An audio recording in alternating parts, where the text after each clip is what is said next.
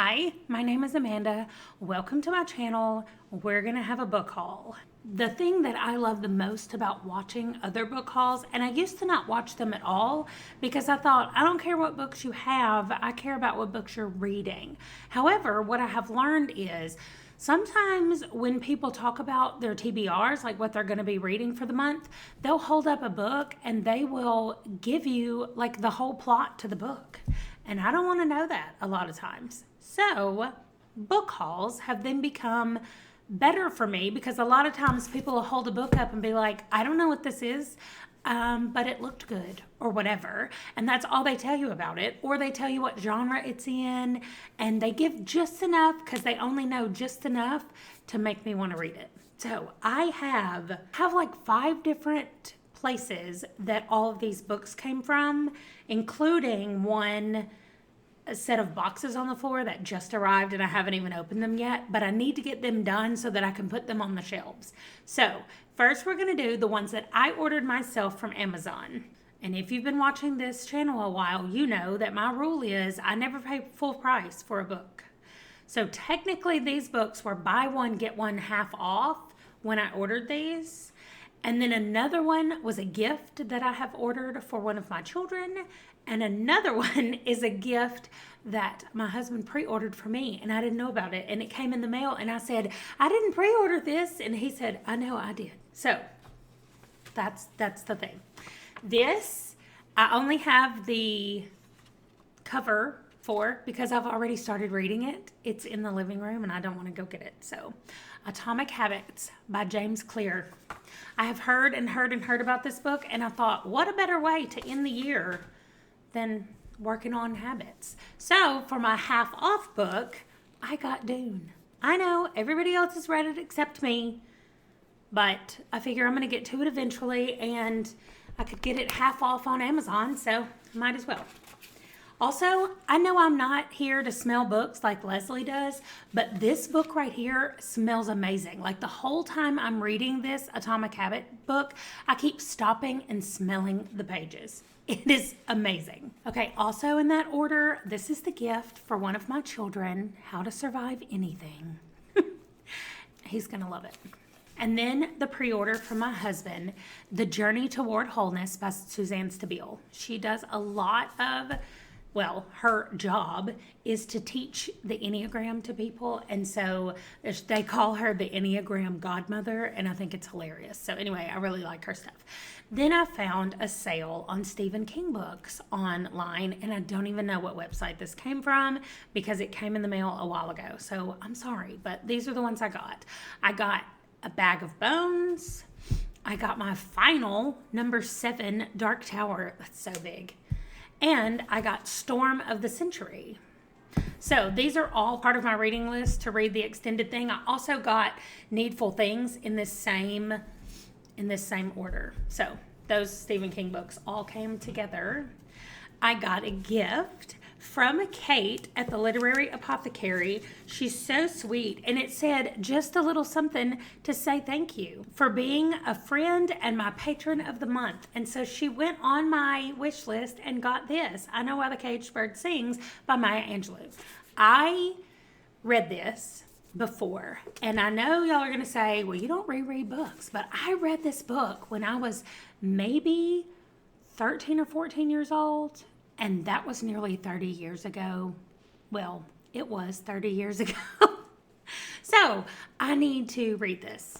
And I want to read it. I don't need to. I want to. So I had it on my wish list. Kate is amazing and got it for me. Thank you so much, Kate.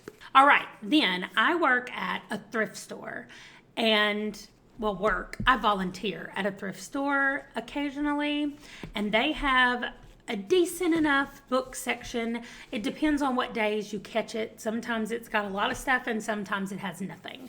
I got quite a few books the last time that I was in there working, and I told them it was a good thing I wasn't going to be working for a while because I kind of went overboard. Although seriously, the books are 25 cents for paperback and 50 cents for hardcover. So super cheap. I got my first in-depth book. My first physical copy of an in-depth book. And this is one that is pretty close to the top of the list. So I've got it before I start reading it. I have it, my first one. This was in a package. Like you can see they were kind of twined together with this twine. Let me take it off of here. But it's this Patricia Cornwell and this one. These were both together in a group. And I know she has a book called Body of Evidence or something like that. It was one of her very first books a long time ago. I mean, look at this picture. She's so serious about it. She's like, don't mess with me. Anyway, I've not read any of hers. I may have read that Body of Evidence book, or I may have just talked about it. That was years ago. So I don't know that I actually read it, but I got it because it came with the J.D. Robb book. So I'm sure I'll read it. Okay, then the rest of these just looked good, or it was an author that I knew, or it had like a cool title, and that's why I got it. So this is Fox Evil by Minette Walters. It says one of the best mysteries of the year. I don't know anything about it, but it's a mystery, and it's got a cool looking gate with a house behind it, and I was sold. Then I got Jack Higgins, The Midnight Bell. It says Northern Ireland, and I'm there. That's it. Jack Higgins has produced some of the best suspense fiction of the past 50 years. Harrow Lake by Kat Ellis. I thought that her name sounded familiar. Also, this is an ARC that somebody took to the thrift store. But it says the last horror story she'll tell is her own. That's what it says up at the top of it. And so, of course, this is an ARC. But Kat Ellis's name sounded familiar to me. And I just like how this looks all like fuzzy and blurry and cool. This one, The Dandelion Killer by Wanda Luttrell. Sometimes blood runs yellow. What? This is set in Frankfort, Kentucky. I'm sure you don't say Frankfort if you live there. Frankfort. Anyway, it starts at the very first line, says, J-Boy, which apparently is his name, J-Boy Calvin is afraid of the dark. And that's all I need to know. That sounds awesome. This is a nonfiction book by Beth Moore called Breaking Free. And I feel like that I may have already read this years ago. So I'm going to skim through this. And if it is one that I've already read, I'll give this copy to my mother. If not, I'm going to read it. Then we have Little Fires Everywhere. This is a hardback with no hardback. I don't have the jacket or the sleeve or whatever. I've heard about this everywhere. And it was even listed not too long ago on a book list that I saw of 1,000 books you need to read or something. So that's everything from all 4 of those places. Now I'm going to open the new boxes that I just got from Book Outlet. So I know exactly where these came from. This Book Outlet box, the main box, kind of ripped a little bit. Okay, so I'm going to pull these out of here and tell you what they are. The first one is already surprising. This is Malcolm McKay, and it's called Saviors in the Cage Where Your Saviors Hide.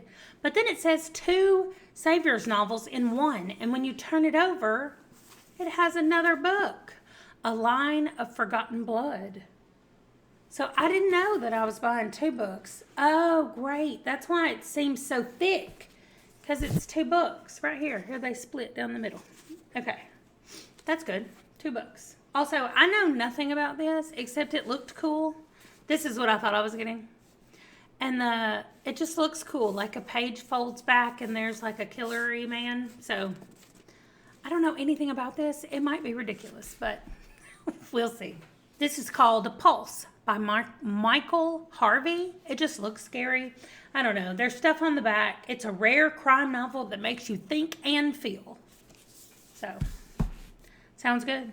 Lee Child wrote a little blurb on the front of Pulse that says, Harvey's lethal imagination is cranked to 11 in this one. His best yet by far. So, we'll see. I wonder sometimes, does Lee Child actually have time to sit around and read all these books, or is he too busy writing? Doesn't he write those Jack Reacher novels?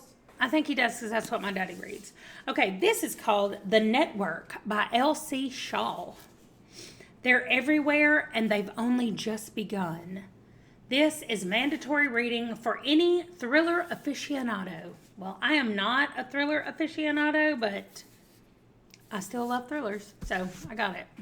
Okay, next we have Close to Home by Kara Hunter. She was certain it was Daisy in the costume. What? So the first line, because I don't want to read too much of it. The first line says, when 8-year-old Daisy Mason vanishes from her family's Oxford home during a costume party.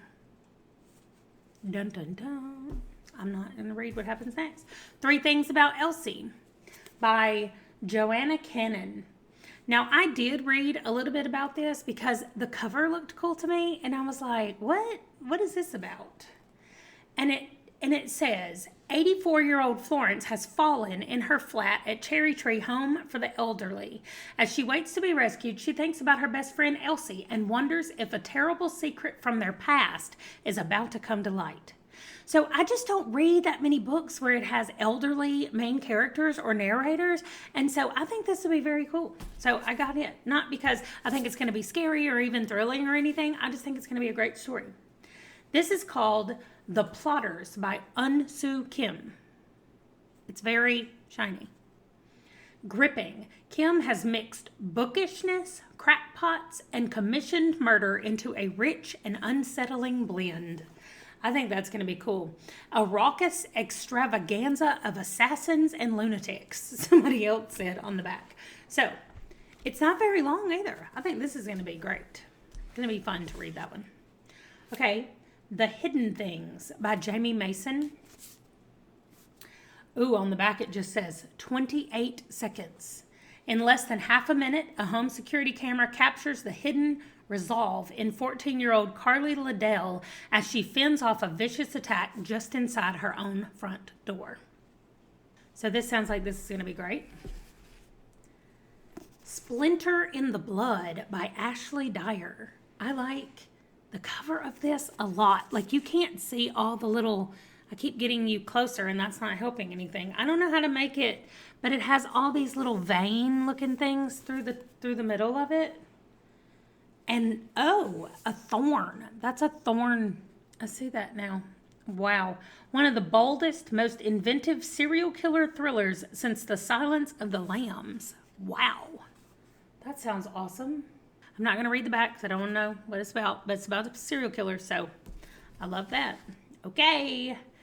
I tried to make sure, because I wanted to get some fantasy things that I hadn't heard of before, so I did a search for fantasies specifically, and this one is actually kind of like a mix of fantasy and thriller, but it's called The Sin in the Steel, and it's book 1 of The Fall of the Gods by Ryan Van Loan.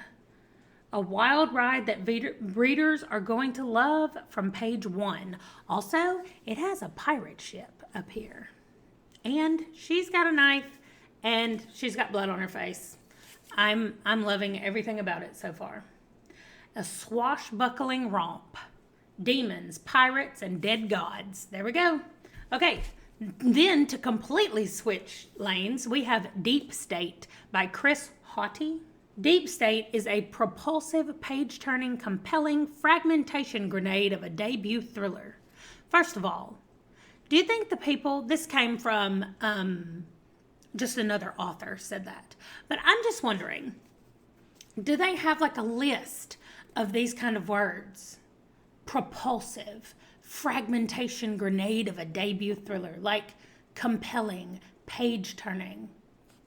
Did they just have a list of these and they just grab a few out and be like, that fits? I just want to know if they even read these books. I think that's weird. This one says, a novel of psychological suspense, Girl at the Edge by Karen Dietrich. This has a removable Target sticker on it, so I will be removing that because apparently it came from Target before it went to Book Outlet. Set in Florida. That's all I know. I'm not going to read it, but it does say Karen Dietrich can stop your heart. So I hope she doesn't. Then this, Sandra Brown. Like, I feel like I know her, but maybe I don't. Thick as Thieves. A master storyteller from USA Today. 20 years ago, in the dead of the night, 4 unlikely allies pulled off a daring heist. By daybreak, 1 was in the hospital, 1 was in jail, 1 was dead, and 1 got away with it. What? That sounds awesome. So I'm ready for that. This one would not stay off my list, and it kept popping up, and I kept looking at it, and I was like, fine, I'm going to get this. Corporate Gunslinger by Doug Engstrom. An intense and engaging sapphire. I said sapphire. An intense and engaging satire. Greed means debt, means violence. So, I don't know. We'll see what I think about this. This guy who wrote this was in the Air Force. And I was like, well, you know, we'll have some military solidarity there. Okay, I only have a few more. We're almost done. This is City of Broken Magic by Myra Bolander. If it's magic, which wire do you cut? Bum, bum, bum. A thrilling ride with promise of deeper mysteries to come. So, I'm excited about that. Also, this girl on the back of this book, I know you can't see her, but she looks like she's a teenager. And I'm like, if you publish this book as a teenager, you go right ahead. I mean, she can't be that old. She looks very young. Okay, literally only 3 left. Sorry, this is taking long. This is taking a long time. Okay, The Darwin Strain by Schutt and Finch, an R.J. McCready novel. So I don't know who this person is, and I have discovered that a lot of these things, I don't need to know all the backstories. I realize that it probably helps if I do in some cases, but I don't think that I have to. So I'm definitely just going to start with this book. I'm not going to go look up R.J. McCready and see what the first novel is and start with the first novel because I'm not. What I do think is funny is at the top of this, it says, Filling the Void Left by Michael Crichton. Is Michael Crichton not writing books anymore?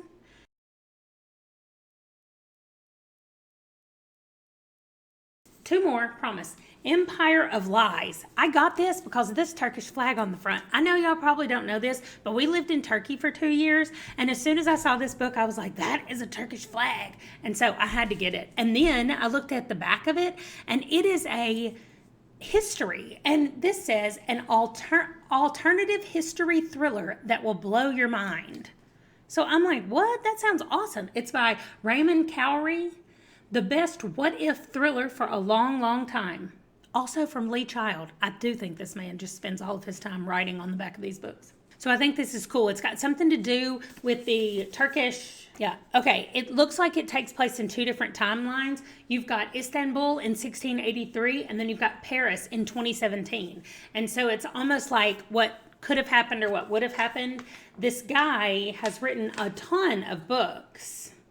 It does not say where he lives or where he's come from, but it's got a whole list of books on here that he's written. So y'all probably even know who he is, and I do not. But anyway, I'm here.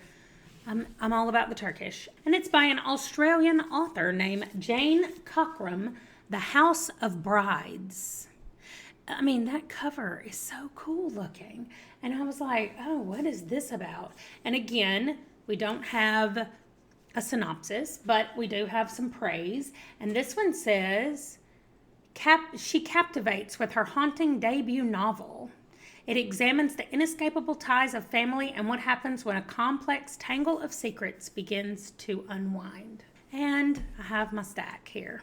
And I'm all done. And I'm sorry that it has taken me over 20 minutes. This is one reason why I knew I needed to film this today before I let this pile get any bigger. And I am involved in quite a few Christmas swaps or holiday book swaps. And before those books started coming in, I wanted to get these done and put up on the shelf so that the new books can come in. So that's what I'm about to spend my time doing. And then I'm going to start reading. I'm so excited about all of these books. Let me know if you've read any of these or if you've read any of these authors in another book or anything like that. I want to know about any of these books, or especially what you think about them. So I'm going to go because I got a lot of work to do, and I will see you in my next video. Bye. I randomly have a spork at my desk, unopened. Also, sporks are the perfect utensil. Okay, I just want to say, this whole box, this big box like right here, had 1 book in it.